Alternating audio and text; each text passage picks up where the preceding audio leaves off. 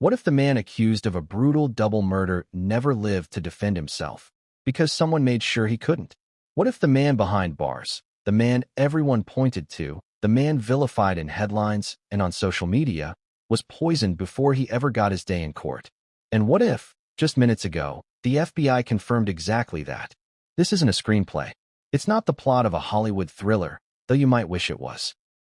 Because the truth is far darker, more twisted, and far more real than anything Rob Reiner himself ever directed. Before we continue, please hit the like button, subscribe to the channel, and turn on the notification bell for updates. Rob Reiner, Hollywood icon, celebrated actor, legendary director. Gone. Michelle Reiner, his wife of decades, beloved mother and fierce protector. Gone. Both found stabbed to death in the quiet of their $13.5 million Brentwood estate. The very place where their family once gathered for birthdays, for scripts read aloud over wine, for family barbecues under string lights and California sunsets. And now, a crime scene, a double homicide, a legacy shattered in blood. But that's not the end of the story.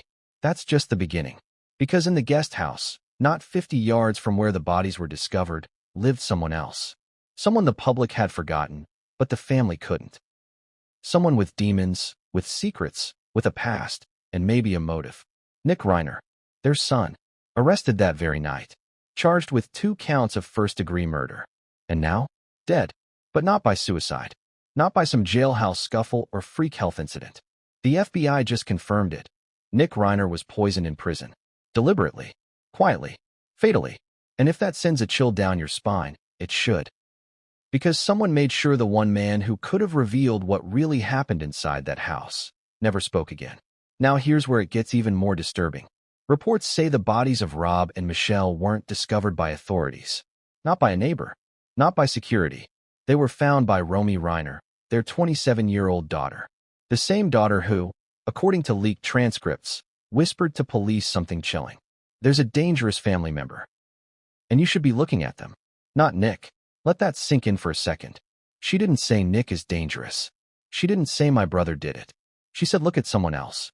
And then, silence. Romy went dark. Off social media. No public statements. A ghost in the middle of a media firestorm. Why? Was she scared? Or was she silenced? Because something about this case doesn't add up. Nick's past was messy, yes. There were rehab visits, fights with his parents, a rocky career start. He wrote a semi-autobiographical film that many interpreted as a cry for help, or a not-so-subtle takedown of his own family. But murder? Of both parents? That's a leap. A huge one. And now that he's dead, we may never know what he would have said in court. Or maybe we will. Because someone inside that prison told the FBI something terrifying. They claimed Nick received a letter the day before his death. A letter he read, folded slowly, and tucked under his pillow. It was found after his body collapsed in that isolated concrete cell. And here's the kicker. That letter wasn't addressed to him. It was addressed to his sister, Romy. Why? Why would Nick, days before standing trial for murdering his parents, be reading something written for Romy? Was it a warning? A confession? Or a final piece of a puzzle we haven't even begun to understand? This is where the story begins to fracture. Where we fall down a rabbit hole of secrets, betrayal, manipulation, and power. Where we're forced to ask uncomfortable questions. Was Nick guilty, or was he framed? Was Romy trying to protect her brother, or accuse someone else? And who wanted to make sure Nick never made it to that courtroom alive? Because the poison used in his prison cell wasn't some jailhouse brew or smuggled pills. It was a compound so rare, so precise, so lethal, it's only been documented a handful of times in the last decade. One of them? A foreign assassination plot. Another? A whistleblower in federal custody. And now, Nick Reiner. This wasn't just about silencing a suspect. This was about burying the truth before it could breathe. Now here's where the emotional gut punch lands. Whatever you think of Nick, whatever you've read, whatever you've assumed, he was still a son, a brother. A young man whose life, for better or worse, was shaped inside the very walls where this tragedy unfolded. And whether he killed his parents in a fit of rage or discovered something he wasn't supposed to know, Nick Reiner took secrets to his grave. But not all of them. Because the FBI's report, leaked just hours ago, includes one final page, a timeline, a list of visitors, and a name no one expected to see. A name that connects the Reiner family to something far more sinister than a domestic dispute. We're talking secret legal amendments, conflicting autopsy reports, cameras disabled, and a house that had a panic room no one had entered in years until that night. We're going to break it all down, minute by minute, lie by lie. We'll revisit Nick's troubled past, yes, but also Rob and Michelle's carefully curated public image. Because something was crumbling inside that estate long before the bloodshed, and someone was watching. The cameras didn't lie, but the footage was incomplete. The wills didn't lie, but they were rewritten. The Reiners were buried, but the story isn't. And the only surviving Reiner sibling? She's missing. Romy hasn't spoken since the night of the murders. Her attorney has issued no comment. Her friends say she's gone off the grid. Her phone, disconnected. She vanished just days before Nick's poisoning. Coincidence? Or calculated silence? Whatever the truth is, it's buried under years of Hollywood spin, family privilege, and now, federal secrecy. But if you think this story ends with a body in a cell, think again. Because the deeper you dig, the more rotten it gets. And the question that started it all, who really killed Rob and Michelle Reiner, only leads to more questions. Questions someone clearly didn't want answered. Because what happened after Nick's death wasn't just tragic, it was deliberate. And what came next would change everything, and no one saw it coming. They say a house remembers everything. But what happens when even the walls go silent? When surveillance cameras flicker off? When alarms fail to ring? And when two of Hollywood's most influential voices are silenced in one blood-soaked evening? The day Rob and Michelle Reiner died started like any other Sunday. Sunny skies. Brentwood calm. A neighborhood where the loudest noise was usually a leaf blower or the sound of a wine glass clinking by a pool. But by nightfall, it had become a war zone of flashing lights, yellow tape, and a secret so deadly, someone would later be murdered to keep it buried. Let's rewind. Sunday, December 14th, 8:03 a.m. Rob Reiner is seen on a neighbor's Ring camera walking his dog past a hedge-lined sidewalk. He waves, nods, smiles. 8:46 a.m. Michelle Reiner orders groceries via an app. Almond milk. Wild salmon. White lilies. 10:15 a.m. A cleaning crew leaves the estate early. Unusual? Yes. The cleaning schedule typically went until noon. 10:49 a.m. Nick Reiner, their 32-year-old son, is spotted by a delivery driver heading toward the main house. Unshaven, hoodie up, face unreadable. Then, nothing. A 5-hour black hole. From 11 a.m. to just after 4 p.m., no one enters or exits the $13.5 million Brentwood compound. The gate logs go silent. Phone pings stop. Surveillance footage later recovered from neighboring homes shows only shadows. What happened inside those walls during those hours has never been fully explained. But by 4:21 p.m., all hell had broken loose. Because that's when Romy Reiner arrives at the property. Alone. And what she finds inside would trigger one of the most horrific Hollywood tragedies in recent memory. Let's slow down here. Who is Romy? She's 27. Bright. Private. Not one to chase the spotlight like her father. A screenwriter by trade, but more of an indie darling than a red carpet regular. And unlike Nick, Romy had a close relationship with their parents, or so it seemed. But when she walked into that house, she wasn't prepared for what she'd see. Rob and Michelle, lifeless. Stabbed. Multiple times. Their bodies sprawled across the master bedroom. No signs of struggle, just precision. Like someone knew exactly what they were doing.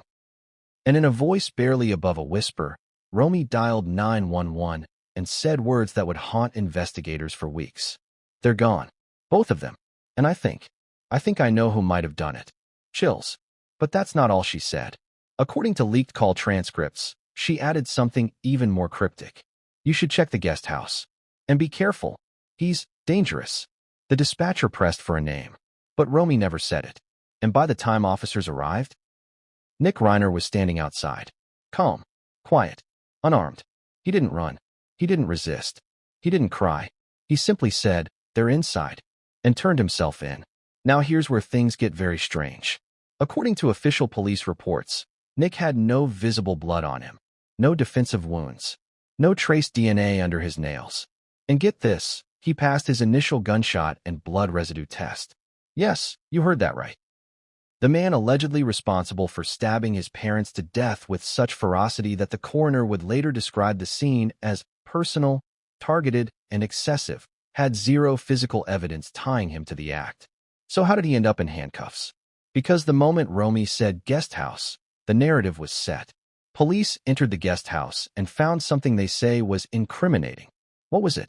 A hoodie in the washing machine, a pair of gloves in the trash, and a journal on the desk, open to a page with the words, "I'm so tired of pretending. Maybe silence is the only way out." Pretty damning, right? Until you look closer. The gloves? Latex. No prints. No blood. No confirmed ownership. The hoodie? Washed. No trace DNA. No blood spatter. Nothing. The journal? Well, that's where things get murky. Because Nick had been writing in that journal for years.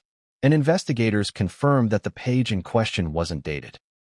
It could have been written a week earlier, a month, even a year. Still, that was enough for the media to pounce. Hollywood horror, Reiner's son arrested after bloody double murder. From screenplay to slaughter, Nick Reiner snaps. Hollywood royalty destroyed by their own child. But where was the proof? Where was the knife? Where was the footage? Because in a house that size, with security cameras installed in nearly every room, guess what? Every camera feed inside the main house was corrupted. Yep, hard drives wiped. System rebooted at exactly 11:01 a.m., just minutes after Nick entered the home that morning. Coincidence? Or cover-up? Now ask yourself this. Would a man smart enough to disable an entire home surveillance network also be dumb enough to leave a bloodied hoodie in the washer? Would he leave a vague, melodramatic journal entry open on his desk for police to find? Would he sit on the porch, calm as ever, waiting for police? Or was that the point? Was it staged? Was Nick set up? And if so, by whom?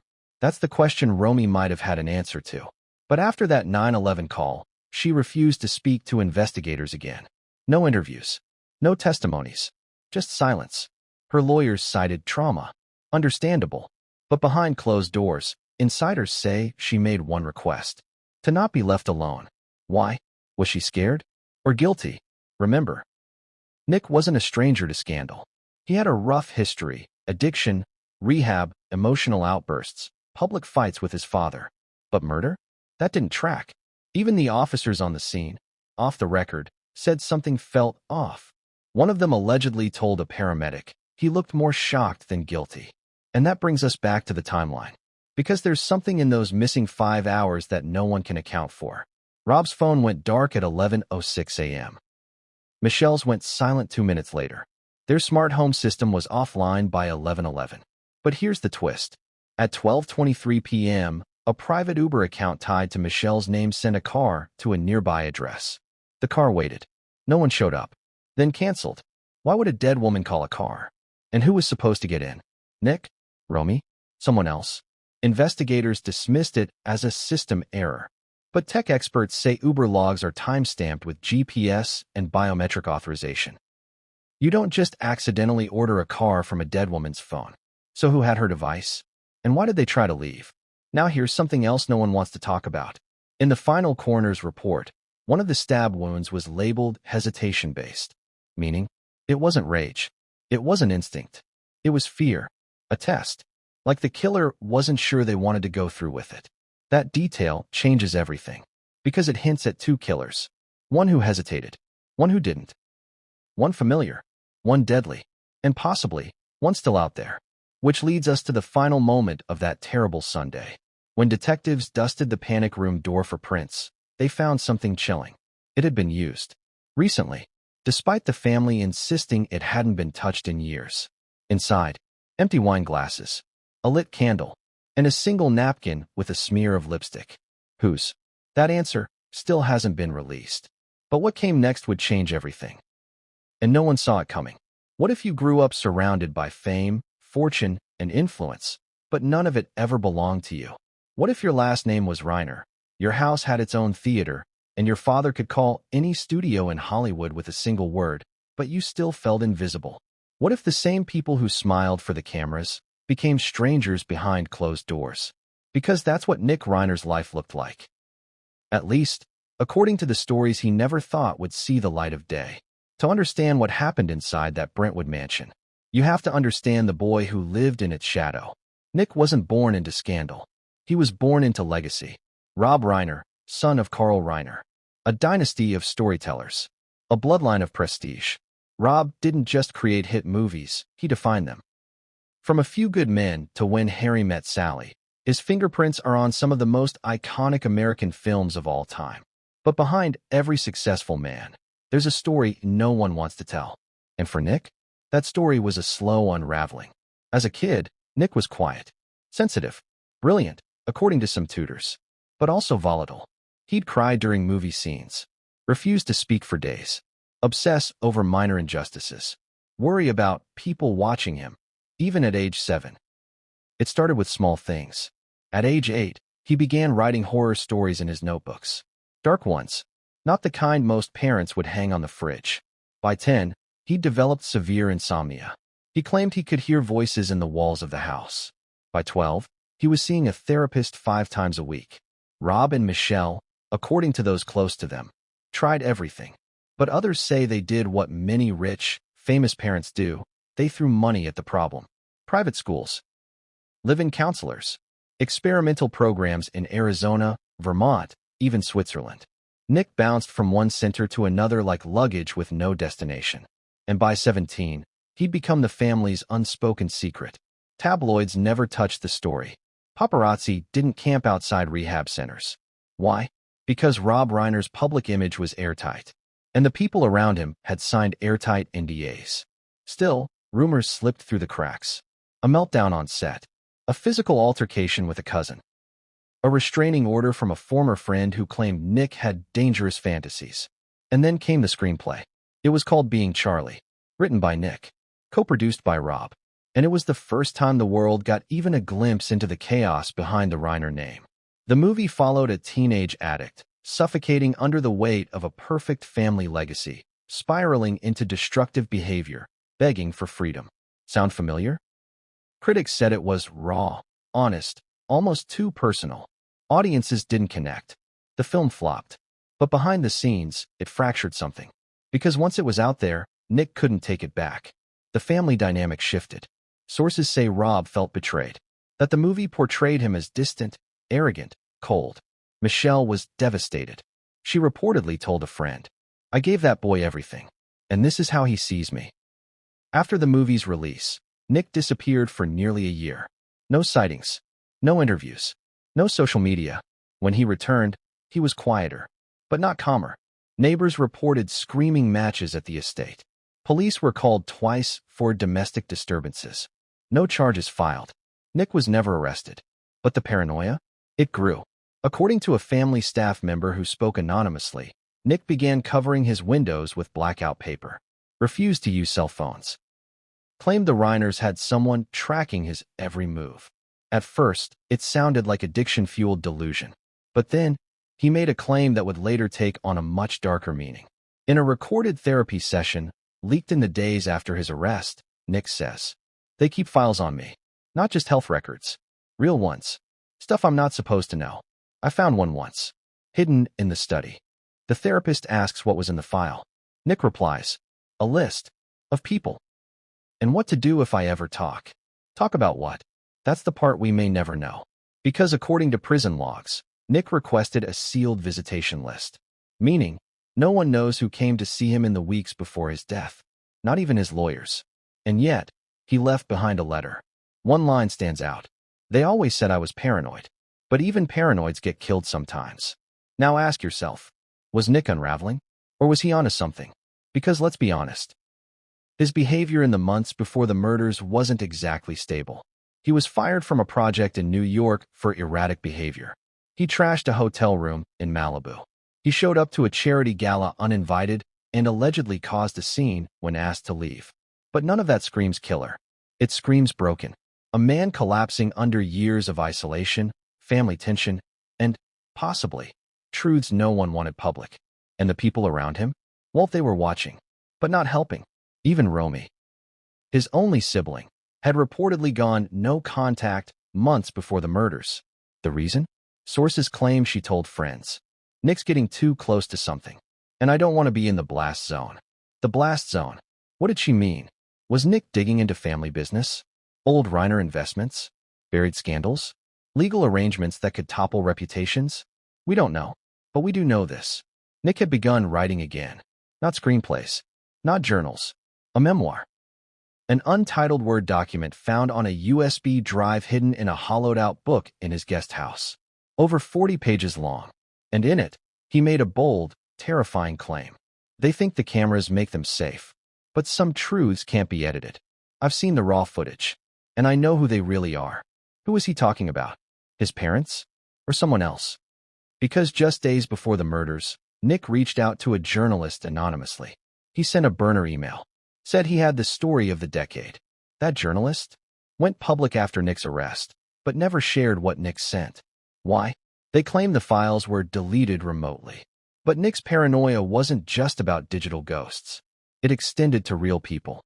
He began sleeping with a knife under his bed, bought a fireproof safe, changed locks on the guest house, twice. And when asked why, he reportedly said, "Because I'm not supposed to outlive them." That was never the plan. Them. Who is them? We're left with riddles. Half sentences. Redacted reports. But maybe that's the point. Maybe Nick was never supposed to be heard. Or maybe, just maybe, he was the only one telling the truth. And what came next would force everyone to question everything they thought they knew. What do you say when you find your parents murdered? Do you scream? Do you collapse? Or do you whisper something so cryptic, so targeted, that it sets off a chain reaction no one can stop? Rob Reiner didn't scream.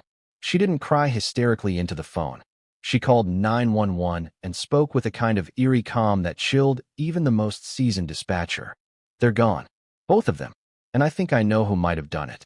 But when the operator asked for clarification, Romy didn't name Nick. She said something else. You should check the guest house. And be careful.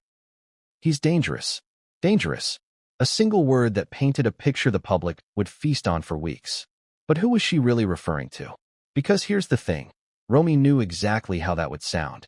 She was a Reiner. She understood the power of language, the way a phrase could echo across headlines, courtrooms, and public opinion. So why say it that way? Why hint instead of accuse? Why speak like someone trying to light a match, while pretending not to? To understand that moment, we need to go back, way back, to a childhood spent in the golden cage of Hollywood royalty. Romy was the golden child, the quiet achiever, the Reiner most people forgot existed, until now. Unlike Nick, she never made tabloid appearances. No meltdowns, no public rants, no arrests. She flew under the radar. Smart, observant, almost invisible. But sometimes the quiet ones see the most. And Romy saw everything. As kids, she and Nick were close. Shared secrets. Whispered games.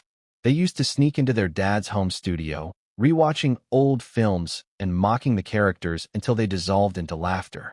But something changed. Sources say by the time they were teenagers, Romy had grown distant. Cold, even. Friends claim she told them, "Nick sees monsters where there are shadows. I can't live my life inside his paranoia."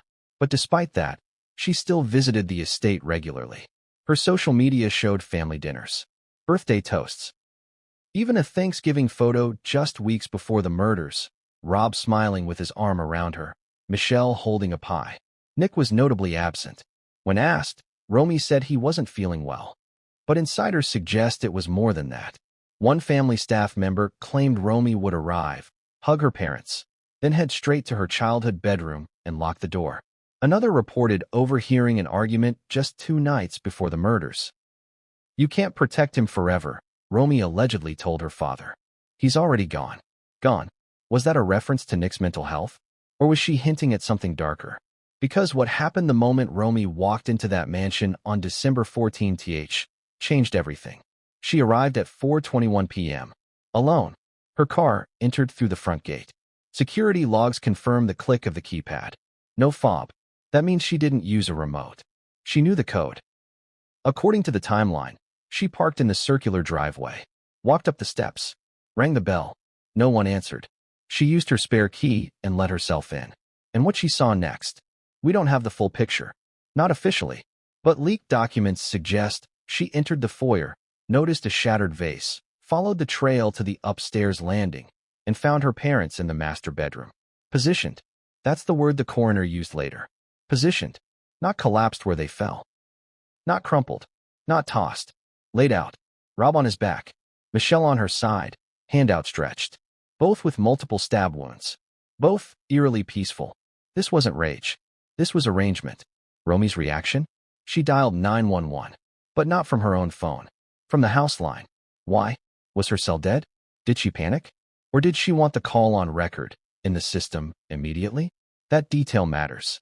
Because when the dispatcher asked for the address, she didn't say my parents' house. She said, Reiner residence. 1395 Mulholland. As if she knew it would be logged. As if she wanted no ambiguity. The dispatcher asked for her name. She hesitated, then gave it. Romy Reiner. The silence that followed was heavy. The dispatcher prompted her. What's the emergency? That's when Romy said, They're dead. I think someone killed them. The voice on the other end asked the logical question. Do you know who? And here's where it gets strange. Romy didn't say Nick. She didn't say my brother. She said, You should check the guest house. Be careful. He's dangerous. But she never said his name. Even though police knew Nick lived there. Even though it was her brother. Her only sibling. She avoided his name like it was toxic. And then, just as the dispatcher started asking follow-ups, Romy hung up. That's right. She hung up. When officers arrived minutes later, they found Romy sitting on the steps. Hands folded. Blank stare. According to the official report, she said only one thing. You're going to want to call a lawyer. Her tone? Flat. Not hysterical. Not weeping. Composed. Almost rehearsed. Investigators were stunned. And when they asked her to explain what happened, Romy clammed up. Refused to answer questions. Requested an attorney. And never spoke again. Not to the media. Not to police. Not even, according to family sources, to friends. She went dark. Her phone was turned off the following morning. Her apartment, emptied within a week. Landlord says movers arrived, boxed everything up, and left no forwarding address. Emails, bounced. Social media, deleted. Credit card activity, frozen. It was as if Romy Reiner had vanished. But here's the kicker. The night before she disappeared, someone at the LAPD leaked a recording. An internal voice memo. Officer to officer. It contains a line that was never meant to go public. She's not scared of her brother. She's scared of something else. Said, he's not the only danger in the family. Let that sink in. He's not the only danger. So who else was she talking about? Another relative? A business associate? Or maybe someone tied to the Reiner estate's darker past? Because within the next 48 hours, the case against Nick would explode across the media. Murder charges. Tabloid headlines. Public outrage. But the one person who sounded the first alarm, the person who found the bodies, who knew the layout of the estate, who knew where to point police, was gone. And if that doesn't scream cover-up, what does? We don't know where Romy is now. Her lawyer issued a single statement. Ms. Reiner is grieving. She has no comment at this time. That was 3 days after the murder. No follow-ups. No press conference. No second statement. And when Nick was poisoned in prison, no word from Romy. No flowers. No visits. No reaction. Like he never existed. Like the past never happened. But someone's lying. Because silence that loud is never innocent. And what came next would bring the entire investigation to its knees. What happens when the fairy tale begins to rot from the inside? When the smiling Hollywood power couple, hailed as champions of progressive values and artistic excellence, are revealed to be something far more complex and far more broken. What if behind every standing ovation, there was a slammed door? Rob and Michelle Reiner weren't just famous. They were respected. Hollywood royalty with decades of goodwill. Political voices. Philanthropists. Creatives. Icons. But let's ask the uncomfortable question. Who were they really? Because the glitter they wore on red carpets doesn't erase the shadows they left behind. Let's start with Rob. You know the credits. Stand By Me. When Harry Met Sally. The Princess Bride. A Few Good Men. His influence spans generations.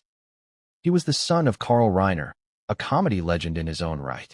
A second-generation Hollywood king. But if Carl built the house, Rob ruled it. He wasn't just a director. He was the director. Studios greenlit his visions without question. Actors lined up for a single scene under his leadership. He wielded influence few could match. But with power comes insulation, the kind that blurs accountability. Those close to him called him intense, meticulous, demanding. Others whispered about his temper. Behind closed doors, Rob was a perfectionist obsessed with legacy. According to a former assistant, he once said, "My father was immortalized. I refused to be remembered for sitcoms. It wasn't enough to be great. He needed to be greater." And then there was Michelle. Less visible, but no less formidable. A force of nature in her own right. Michelle was the quiet backbone of the Reiner empire.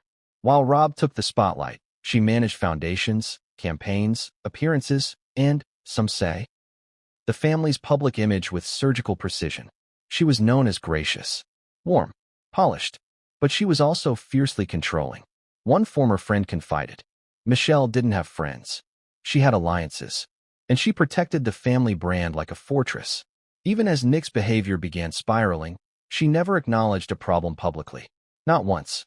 Not in interviews, not at events, not even privately, unless absolutely necessary. It was as if she believed that containing the story was more important than confronting the truth. A former publicist recalled, Michelle once told me, "There's no such thing as a scandal if no one talks." That line hits different now, doesn't it? Because beneath their composed exterior, Rob and Michelle were reportedly dealing with fractures they never allowed to surface. Let's talk about the marriage. To the outside world, they were a model couple, 30-plus years together. Public support for social justice, political fundraisers, appearances with presidents and pop stars. But multiple insiders say the marriage had grown strategic. Rob was constantly working, constantly chasing legacy. Michelle managed the family's nonprofit empire and the household. They lived in the same estate, yes, but, reportedly, in separate wings, separate bedrooms, separate schedules, even separate kitchen pantries. A friend of Michelle's once joked, "It's like they lived together for press photos." And yet, they stayed married. Why? Maybe it was love. Maybe it was image. Or maybe, just maybe, it was leverage. Because about 6 years ago, Rob and Michelle made a massive shift. They rewrote their estate trust. All assets, reportedly, were split between 3 names. Rob, Michelle, and Romy. Not Nick. Not even as a backup trustee. Was that a punishment? A legal safeguard? Or a quiet confirmation that Nick was never meant to inherit the empire? We don't know. But here's the twist. In the weeks before the murders, Rob and Michelle were working on a second amendment to the trust. This one removed Romy completely. Who would it have gone to? That part of the file remained sealed. But one attorney close to the family, under condition of anonymity, said they were planning something big. Michelle kept talking about legacy, about needing to fix things before it was too late. Fix what? Their reputation? Their estate? Or something else entirely? Now let's rewind a bit. You remember the panic room mentioned earlier? The one no one used? Well, according to security contractors, Michelle had it upgraded 6 months before her death. New locks, hidden surveillance, a biometric scanner. She told the team it was for safety. But from whom? Nick wasn't living in the main house anymore. There were no public threats, and the estate had 24/7 security. So who was Michelle afraid of? Because in the last voicemail she ever left, a message retrieved from a family friend's inbox, she says something chilling. There are things we don't talk about, but they're catching up to us. I just hope Romy never finds out. Finds out what? Was she protecting Romy? Or hiding from her? The voicemail ended abruptly. She never called back. And that's not the only piece of audio investigators recovered. There's also a home recording, dated 4 days before the murders. It's a silent video. No audio, just security footage. Rob and Michelle arguing. At the kitchen island, Michelle slams her hand on the counter. Rob throws a glass across the room. Michelle points toward the guest house. That was the night they disconnected Nick's key card. He couldn't access the main house after that. And still, on December 14th, at 10:49 a.m., he was seen entering through the back patio door. How? Did someone let him in? Did he break in? Or was the card reactivated? Because log records show a manual override, performed by the system's master code, happened exactly 1 minute before Nick entered. And only 3 people had that code. Rob, Michelle, and Romy. Who used it? Investigators won't say, but it begs a question. If Rob and Michelle feared Nick, why would anyone unlock the house? Unless they weren't the ones afraid. Unless Nick was coming in to talk, not kill. Unless something else was going on entirely. And if so? What happened in that house between 11 a.m. and 4 p.m. wasn't murder, it was war. And one that's left only silence behind. But silence has a way of echoing louder than words. And what came next would shake the public image of the Reiners to its core, because the next chapter isn't about what they built, but what they hid. What if the truth was never buried in the backyard, but hidden in plain sight? What if the answers weren't locked in a vault or sealed in a safety deposit box, but stashed between the Wi-Fi router and a stack of screenplays? Because when police entered Nick Reiner's guest house the night of the murders, they weren't just looking for blood. They were looking for motive, for rage, for the smoking gun. They didn't find one. Instead, they found files. Lots of them. And the deeper they dug, the stranger things got. Let's rewind. The guest house sat at the far edge of the Brentwood property, tucked behind a line of hedges and obscured from the main driveway. Roughly 900 square feet. Private entrance. Full kitchen. And according to contractors, upgraded security, installed by Nick himself. That's already suspicious. Why would a 32-year-old, living on his parents' property, need high-end biometric locks, motion sensors, and signal-blocking insulation? Was he hiding something? Or protecting himself? Because the moment police crossed the threshold, things stopped looking like a slacker's crash pad and started looking like a digital bunker. The front room? Minimal. Clean. Laptop on the table. Coffee mug. Stacks of screenwriting books. Nothing unusual. But behind a floor-to-ceiling bookshelf, detectives found a hidden crawl space. And inside it, a fireproof lockbox. Inside the lockbox, a burner phone, an encrypted USB. A manila folder labeled, in Nick's handwriting. If I die, start here. Let that sink in. This wasn't paranoia. This was preparation. So what was in the folder? Reports say it contained printed emails between Nick and a confidential source. Bank statements tied to the Reiner family trust, with anomalies. A partial draft of a memoir, completely different from the one found on his computer. And photos. Photos of Rob, of Michelle, of Romy, all candid. Some zoomed in from strange angles. Others clearly taken without their knowledge. One officer allegedly remarked, "It felt more like surveillance than family snapshots." Why was Nick tracking his own family? And more importantly, what did he find? Because while the printed documents were shocking, it was the USB that blew the case wide open. The contents of that drive have never been released publicly in full, but a leaked inventory tells us this much. Over 300 audio files, 14 short videos, one audio file named simply Panicrum_final.m4a. Investigators listened, and according to sources close to the case, they were disturbed. That recording allegedly captured a conversation. Two voices. One, confirmed as Nick's. The other? Unknown. The conversation? Heated. Secretive. Fragmented. Snippets from the leaked transcript. You were supposed to keep it quiet. They're changing the will again. If she finds out, we're both dead. Romy doesn't know yet. She can't. It was never supposed to go this far. Now pause. Who is she? Who is they? What are they keeping quiet? And why would Romy be the one person they're trying to keep in the dark? This wasn't some stoned late-night ramble. This was strategic. Nick was recording his conversations, and possibly others. But why? Was it for leverage? For safety? Or was he building a case of his own? Because here's something even more shocking. The audio files span months, dating back nearly a year. Meaning Nick had been collecting evidence for a long time. And get this, one of the videos shows Nick entering the main house at night, when his access card was supposedly deactivated. How? Because Rob let him in. In the clip, timestamped 6 weeks before the murders, Rob opens the back patio door. Lets Nick in. Hands him a glass of whiskey. They talk for 23 minutes. It's low res. No audio. But their body language? Tense. Animated. Hands gesturing. Nick slamming his fist on the table. Then Rob stands. Walks to the study. Returns with a small box. Slides it across the table. Nick opens it. Looks inside. Shakes his head. And then walks out. What was in the box? We don't know. But hours later, Nick downloaded a new encryption tool on his laptop, military grade. He also deleted a full folder titled Family Legacy Trust Plan Final Draft. That folder has never been recovered. So again, what was Nick hiding? Or, more dangerously, what was he trying to protect? Because when police ran metadata on his files, they found something chilling. Every time Nick tried to back up his evidence to the cloud, it failed. His uploads were intercepted, corrupted, rewritten with blank files. This wasn't a computer glitch. It was sabotage. Someone was watching, intercepting, blocking, which means someone else knew what Nick was doing and didn't want it going public. Could it have been someone inside the house? Or someone with access to the Reiner network? Because when digital forensics dug deeper into the Wi-Fi traffic logs, they found a cloaked device logged in 24/7. A ghost user. Never pinged from Nick's laptop. Never pinged from Rob or Michelle's either. But it accessed files. Watched. Listened. And in the 48 hours before the murders, it deleted 2 folders from Nick's computer.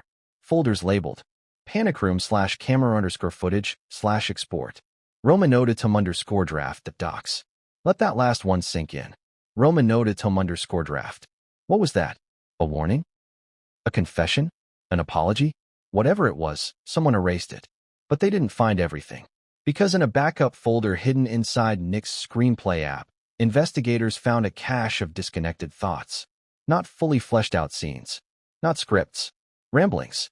Like he was trying to work something out through fiction, but couldn't quite say it plainly. One line stood out.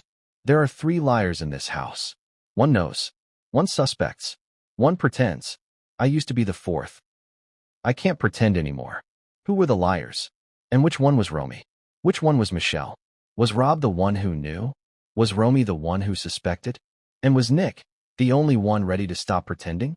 Because within 72 hours of compiling that document, Rob and Michelle were dead. And a week later, Nick was, too. But what came next would blow open the entire case. Because the FBI had just gotten a warrant to decrypt one last drive.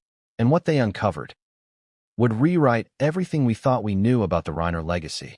Why does the FBI enter a case that's already been solved? Why do federal agents, trained in terrorism, espionage, and interstate crime, suddenly show up to a Brentwood murder scene that LAPD has already locked down? Unless it was never just a murder. Unless what Nick uncovered was so dangerous, so far-reaching, that it triggered a federal response before the media even knew what questions to ask. The LAPD was still processing blood samples when 3 black Suburbans pulled up to the Reiner estate. FBI agents stepped out. No press briefings. No formal announcements. Just badges, warrants, and a sealed directive that bypassed local jurisdiction. They walked straight past the yellow tape, ignored the cameras, entered the guest house, and confiscated everything. Nick's laptop, his hidden drives, the lockbox labeled, "If I die, start here." All gone. Later, LAPD would issue a statement saying they were cooperating with federal authorities on matters relating to national security. Wait, national security? What could possibly link a family homicide to national security? That's when things started disappearing. Not just evidence, but people. The officer who first cataloged Nick's USB transferred out of state. No reason given. The tech consultant who reviewed the footage from the Reiner panic room found dead in his home a week later. Ruled a suicide. No note. And the family's estate attorney, the one who filed their will amendments just weeks before the murders, missing. Not answering calls. Law firm says he's on sabbatical. His apartment? Rented out to someone else. Let's be clear, this isn't conspiracy theory. These are facts. Facts buried under redactions. Because when independent journalists filed FOIA, Freedom of Information Act, requests to access FBI reports on the Reiner case, the documents came back almost entirely blacked out. Entire pages blacked out. Witness names redacted. Timelines censored. And one curious classification: ongoing national security concern. So we have to ask, what the hell did Nick find? What was on that drive that made the FBI slam down a blackout order? And why did they rush to interview Romy Reiner twice before she vanished?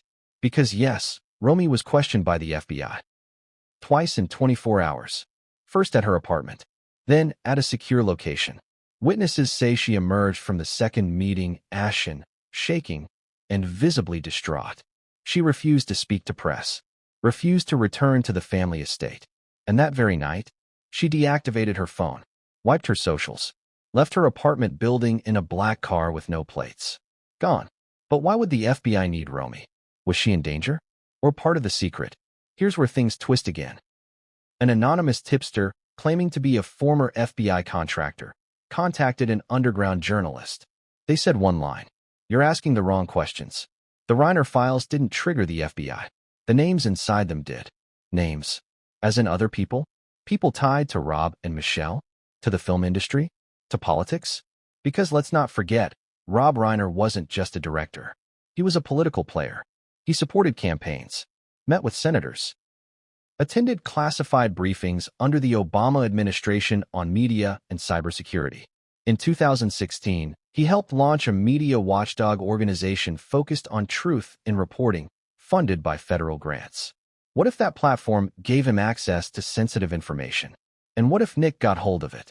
According to a leaked internal memo, later verified through metadata, one file on Nick's encrypted drive was titled Merit_CDN/Reiner_voice_dump_final. What is Merit_CDN? Nobody's sure. But cybersecurity analysts say it mimics the naming conventions of classified federal data repositories. And voice dump? That suggests audio surveillance. Audio of whom? That part remains redacted. But here's what wasn't. One metadata tag inside the file read, captured via mirror protocol, panic room feed, 3 hours, 12 minutes, and 22 seconds. Mirror protocol? That's a term used in intelligence circles to describe covert cloning of surveillance footage, usually without the subject's knowledge. So, was someone recording Rob and Michelle without their consent? Or worse, did Rob know he was being recorded? And who set up the mirror feed? Because the panic room at the Reiner estate wasn't just for show. It had its own hardline server. No internet. Closed circuit. No cloud backup. To access those files, someone had to physically intercept them. And guess what? The only person known to spend time in that panic room in recent months?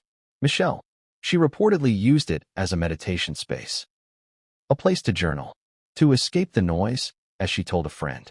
But maybe she was hiding something. Or someone. Because when the FBI finally cracked the main server backup from the panic room, they found a user profile that wasn't registered to any family member. A ghost user. Tag. R.RF2RR. Some believe that stands for Reiner Room Feed 2, Rob Reiner. But others point to something more chilling. The initials RRF are known in certain intelligence files as shorthand for restricted read file, a classification given to off-the-books surveillance ops. Could it be coincidence? Maybe. Or maybe not. Because one of the agents involved in the initial Reiner case was later reassigned, without explanation. Another? Retired abruptly. And the lead forensic specialist brought in to analyze Nick's hard drive? Gone. No public record. No professional listing. No LinkedIn. Erased. Just like Nick. Just like Romy. Just like the man who first flagged the drive's contents and disappeared the day after. Which begs the final, terrible question. Was this ever about a son murdering his parents? Or was that the story we were meant to believe? Because if the FBI knew what was coming, if they stepped in to clean up the mess before it unraveled, then this wasn't about justice. It was about containment. But what came next would shatter even that illusion. Because when the FBI decrypted one final folder, they found something they never expected. A list of visitors. And one of those names would change the entire direction of the case.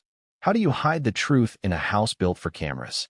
How do you bury secrets when every inch of your estate is under surveillance, every hallway monitored, every door rigged with smart sensors? Simple. You build a room no one knows about. And inside that room, you keep the kind of secrets that destroy legacies. That's what the Reiners did. Behind the bookcases, beneath the foundation, buried under luxury hardwood and antique Persian rugs, there was a hidden chamber in the Brentwood estate. A fully functioning panic room. But this wasn't your average celebrity safe room. This one was a vault of evidence.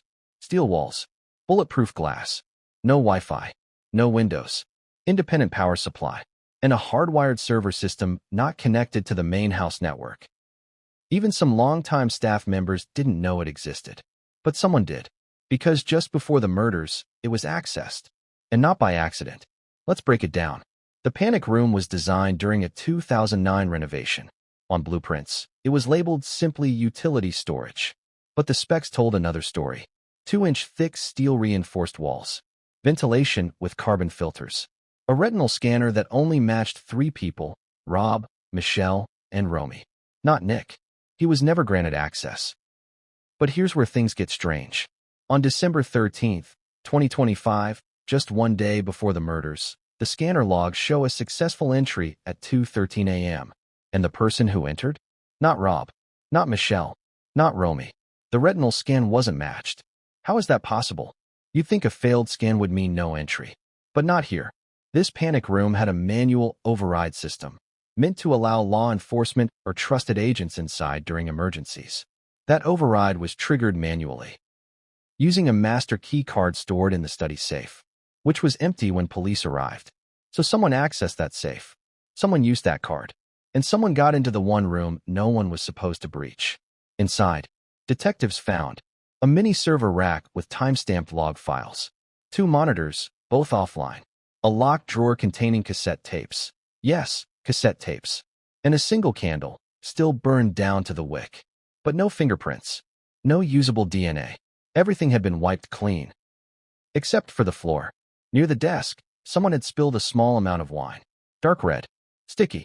Traced later to a 1992 vintage Cabernet reserved for private Reiner family events. But here's the disturbing part. On that same desk, they found a lipstick-stained napkin. Fresh. Analysis confirmed the lipstick did not match Michelle's cosmetic brand or chemical signature. It also didn't match Romy's. So who was the mystery visitor? And what were they doing alone in the panic room in the middle of the night? This wasn't romance. This was planning. Because on the panic room server, the FBI uncovered a file simply titled, House.God. What was in it? Audio logs, video snippets, conversations recorded in secret from inside the main house. Hundreds of hours of footage, not just of Rob and Michelle, but of their guests. And not just recent guests. Footage dated back 5 years. Dinner parties, board meetings, private arguments, all recorded without consent. Who set this up? Sources believe Rob himself may have had the room wired for security, a precaution during the height of political tensions. But somewhere along the line, the system was co-opted. Possibly by Michelle. Possibly by someone else entirely. One video file, retrieved by FBI agents, shows Rob and Michelle mid-argument. Transcription excerpt. Michelle, you said the trust was already changed. Rob, I said it would be. I didn't say I did it. Michelle, she's going to find out. Rob, let her. She can't stop it. Michelle, and Nick? Rob, he won't be around much longer. One way or another. Stop. Reread that last line. He won't be around much longer. One way or another. That wasn't frustration. That wasn't exhaustion. That was intent.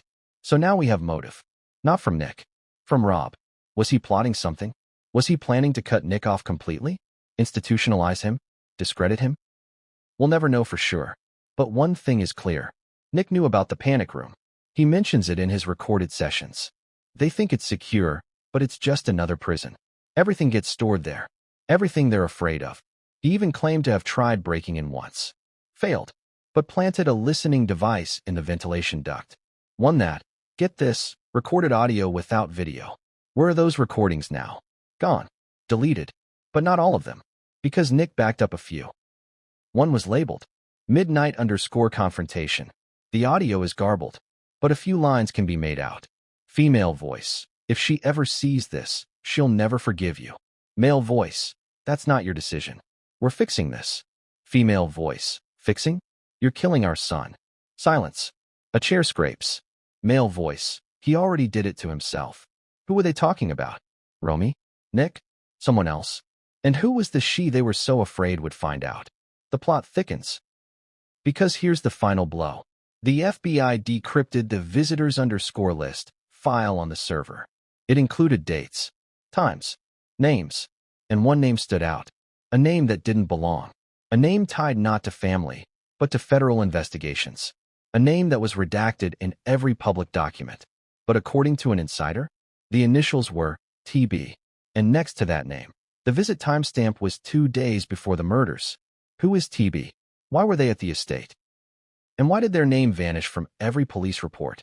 Whatever happened in that panic room wasn't accidental. It was intentional. A meeting, a plan, a cover-up. And someone, maybe more than one person, was recording every second. But what came next would prove Nick never stood a chance. Because the walls had eyes. And so did the prison. What does guilt look like? Is it blood-soaked hands and shaking knees? Is it a frantic sprint from the crime scene? Or is it silence? Because when police arrived at the Reiner estate and placed Nick Reiner under arrest for the murders of his parents, what they found wasn't a man panicked. It was a man waiting, calm, still, almost eerily resigned. He was sitting on the front steps of the guest house, unarmed, expression unreadable, a hoodie pulled low over his face, eyes dry. The officers expected resistance. They got a whisper. Nick stood, raised his hands, and said, "They're inside. You're too late." Too late for what? That question would echo for weeks. But in that moment, they didn't ask.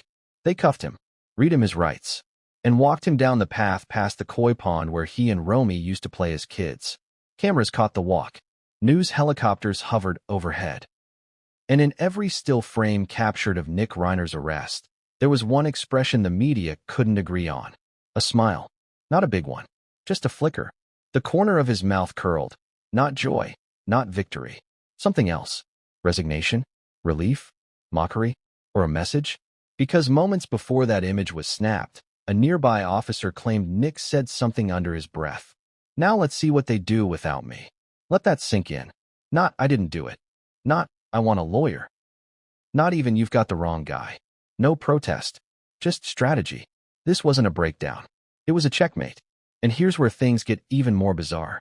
As Nick was driven away in the back of a police cruiser, officers executed a standard search of his person. What did they find? No blood. No defensive wounds. No visible injuries. But tucked inside his hoodie pocket? A folded note, written in blue ink. No envelope. Just 5 words. "He won't stay buried forever." Was it a message? A warning? Or a clue? Because while the media focused on Nick's past, his rehab stints, his rocky relationship with his parents, few noticed the precision of the way this arrest unfolded. It was as if he expected it. Inside the cruiser, officers noted that Nick didn't ask where he was going, didn't ask about bail, didn't demand a phone call. He just stared out the window, and when asked if he wanted a lawyer, he nodded once and replied, "He's already been retained." Retained by who? That's the first major twist. Nick's legal defense was already in place before the murder charges were even filed. Not public defenders, not some family hire, but a private security firm with international ties and former FBI analysts on staff. How did Nick afford that? He didn't have an active job. He wasn't listed as a beneficiary of the Reiner estate. So where did the money come from? Because bank records later revealed a wire transfer, 7 days before the murders, to a private retainer account in Geneva. From whom? That part is still sealed under federal order. But a leaked note from the DA's office described the firm representing Nick as anomalous for a domestic homicide defense, unusual levels of preparation, access to restricted forensic tools. And that's not the only thing that made investigators uneasy. During the initial interview at the station, Nick did something no one expected.